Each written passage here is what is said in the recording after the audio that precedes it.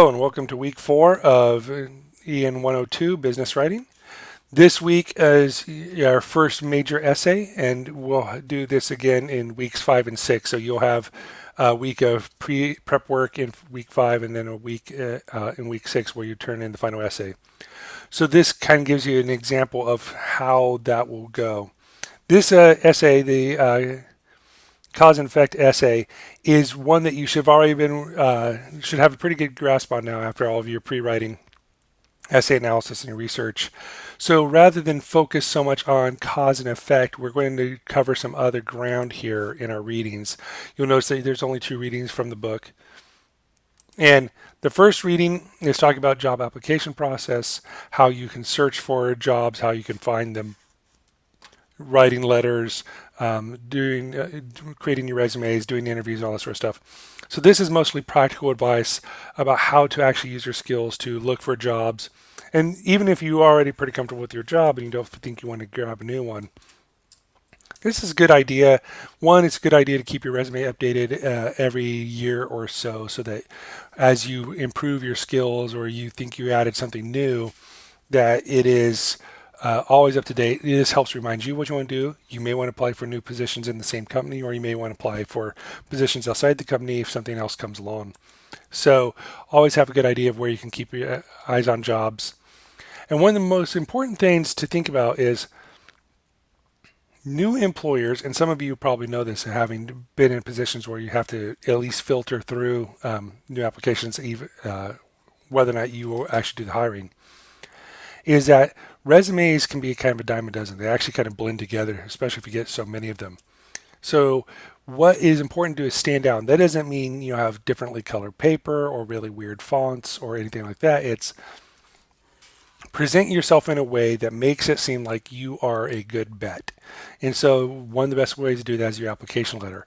And I am a big believer in spending almost as much time writing an application letter as I am in writing an essay. Outline it, figure out exactly what it is you want to say, what points you want to make, what are the important ways to phrase it, that sort of thing. So I actually go through usually 3 or 4 drafts of my application letter, and I have to apply to jobs regularly for teaching gigs. So my application process is slightly different, but there I have to compose and explain my teaching philosophy and my experience and what I've done before. So always have in mind what points you want to make and how you can make them most effectively. Don't brag, don't lie, but be confident. And if you have an accomplishment, say what you mean and that accomplishment represents. And so, of course, they give you good examples to work with. And especially resume, one thing that often happens with resumes is either they don't give enough information or they give way too much information. A page, sometimes 2 pages, depending on the kind of job field you're going into, usually front and back, are pretty good ideas, pretty good things to keep in track of in your resume. So this is something that having a professional resume person who helps build resumes is worth looking at. You don't necessarily want to go with every suggestion they make, but you want to have an idea what it is. And this is a pretty good example resume. You don't have to follow this template, but this gives you a good idea what's happening, how to structure things, what you should be looking for. And remember, resumes it's easy to let them blend together, but if you have a good application letter and your resume is effective, keep in mind what it is you're trying to portray about yourself. I worked in journalism for 12 years, and when I was having to hire and filter through resumes, we'd have 200 resumes to go through for one open position. And one of the first things you had to do was, did this person understand basic grammar and mechanics? If you see a typo in the first 2 or 3 lines of a resume, you just toss it away because that's somebody who you cannot guarantee that they're going to be on the top of their game when writing news stories. So again, double check what you're doing. This is something you want to be obsessively checking several times. And of course, they give you other good information about how to do things, what the different kind of resumes are, that sort of thing. I am a big fan of resumes that give some context but don't have to go into length. If I need to know more, that's what the interview is for. And of course, it gives you tips for interviews, um, kind of questions you can think of, how you follow up on those. So this is a chapter that's mostly good about the job process. And then this chapter is one of our other focuses for the class. Is mostly about writing mechanics. Now, most of you are fairly good with writing mechanics. Some of you have a couple of issues with when you're writing informally, things you mess up on once in a while. Everybody does this, and so there's no shame in making the mistakes. It's just worth knowing what the mistakes you're making are and how to correct for them. And so I often, for example, when I type, I have a tendency to have specific typos that happen all the time, and I have a tendency to throw in too many adverbs and adjectives and other kinds of modifiers that are unnecessary. So those are the things I pay attention to when I'm doing my mechanics. But any understanding of where your mechanics began and where they're going helps you. So if you have concerns with your spelling, spend time to focus on spelling. One of the things to remember with spelling, and this chapter points this out, spell checkers are very useful, but they are also easy to fool. If there's certain words that are similar to each other but have different meanings, you need to know exactly what meaning it is. So you can never just get away with running a spell check or correcting anytime there's a red squiggly underline in word. You have to look at the words, read them through, and pay attention to whether or not those are the words you need to do. So have a sense of what your own writing is and what your own mistakes are, and you'll be better at catching those mistakes before anybody else sees them. Same thing with punctuation. Some people really have trouble with commas, so read through and get an understanding of what commas are good for. Another common error I see, semicolon doesn't come up very much. Most people don't shy away from writing with them. But one thing I see a lot of mistakes with is either quotation marks or apostrophes, and they can get easily confused. We see them misused quite often in casual writing or advertising writing or marketing writing.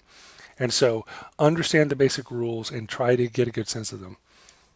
One thing I keep in mind with all of these things is you're probably going to make some mistakes, but most readers are fairly forgiving of very small mistakes as long as you don't constantly make mistakes. So if you are always messing up your apostrophes, you need to pay close attention to it. One thing I often think about and pay attention to when I'm writing or when I'm grading somebody else's thing is how do I catch these mistakes? Because if you've written it and you're looking at it really quickly before it's time to turn it in, how do you go back in and critique the mistakes and find them easily? What I do usually is either I make certain I spend some time, I finish a draft, get up, walk away. I'm gone for 3 to 6 hours or sometimes even a day if I can help it, and come back and read it again after I've had a little bit of time to not be thinking about it and see it from a new perspective with your brain kind of reset. Another way to do it is just go backwards while you're reading. And by that, I don't mean read every word backwards, but for example, on this page, read agreement and sentences, on run, fragment, sentence, governing, rules, the, basics, the. And when you go backwards like that, forces your brain to focus in a brand new way. So any mistake will be highlighted. This also goes through other grammar rules, how sentence fragments work, or run-on sentences, what the differences are, and so on and so forth. So this is a very useful way to get an understanding of the most common mistakes people make. And many of our other fun little side bits here are about these mistakes. For example, here's a fun little video from Weird Al Yankovic making comments about grammar lessons and writing and reading and all that sort of thing. And here's another one, kind of gets you an idea of why these kinds of mistakes can be hilarious and not give the impression that you want to give. And in more depth, I understand I'm a geek with words, and so I'm probably going to be more fascinated with these than some people.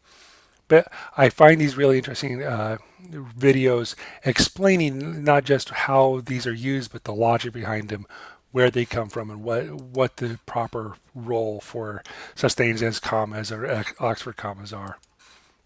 course, there's another way to do this is Grammar Girl. This gives you a bunch of tips of things that are going on. So if you or get confused about things, and people get confused about things all the time, what's the difference of these units of measure or that sort of thing, you can either search for it up here, or she will often write articles on those sorts of things.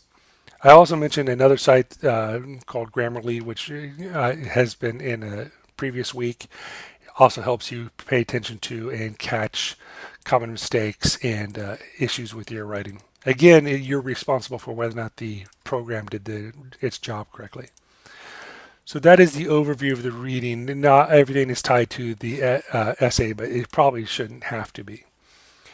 So, of course, don't forget to check for the reading quiz. There are 4 questions from the first chapter and 5 from the second chapter. And don't forget, a couple of them are worth more, so they may take a little bit more time to think about things. As always with each of these questions, you don't want to just answer the question straight from the book. It's always useful to kind of think about why this is the case and see if you can answer that as well. Okay, so the assignments for this week, first of all, is the reflection forum. I highly encourage everybody to get on the forum by Wednesday and double check because you're going to have a peer evaluation. So you're going to want to arrange work with a peer. I know several of you have met in previous classes, so you may already have an idea who you want to partner with. You're going to have peer evaluation for this week and also on week 6. So double check and look at these sorts of things. And figure out who you want to work with. And then also, I just want your overall concept for your purpose as much as mine of talking about what the cause and effect essay works, what you're doing, how you're coming with it. I often find when I am making progress on something or if I'm stalled on something, either way, seeing how other people working on a similar project are going can help me clarify my ideas, or if I'm trying to explain my ideas to somebody else, it can help me have a better understanding of what I'm trying to do and maybe catch something before it becomes a problem, or suddenly solve a problem I didn't even realize I had. And so that's why I'm asking you to answer questions and talk about difficulty you might have, because also it helps to know that you're not the only person running into issues here. For the feedback log is an assignment that'll be fully due on week 6, but I want you to get started now. So the feedback log is just pay attention to some feedback you get from various papers. You can either use my process analysis feedback or the business writing, business email feedback. Or if you've had a chance to respond to some pre-writing feedback, you can do that as well. And just look at the feedback you've gotten so far or from the peer review and talk about what the error gets pointed out, how you can fix it. It just goes through the steps you can follow. And just get started this week. Save it and upload it to me just for one set of feedback. And for the final week, you'll have this fully filled out according to the mistakes from several essays. So, and then also here's a peer review exercise. Go through the questions. There's a list of questions to answer. If you have more you want to talk about, or you know each other well enough that you want to just have a kind of conversation online, that's fine. But remember to record this feedback. And so make certain you put the name of the person who wrote the essay and then your name as the reader. And then you send this in. And so basically, when somebody gave you a feedback, so for example, if Susan gives Leslie feedback, Leslie's the one who uploads the feedback to me, and I'll see what Susan wrote and work that way. Okay. But Susan will get the points, but it's Leslie's responsible for uploading it, if that makes sense. And so what that does is you'll have to work together, and each of you should be uploading one feedback form. Okay. And finally is the cause and effect essay, which, we've gone over this assignment before, but look at it closely again. It's 500, 750 words. You can go over if you need to, but try not to keep it to 1,000 to 1,250 words at most.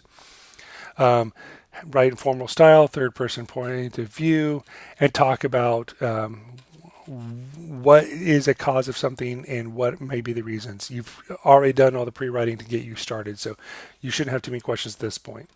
Don't forget to incorporate sources.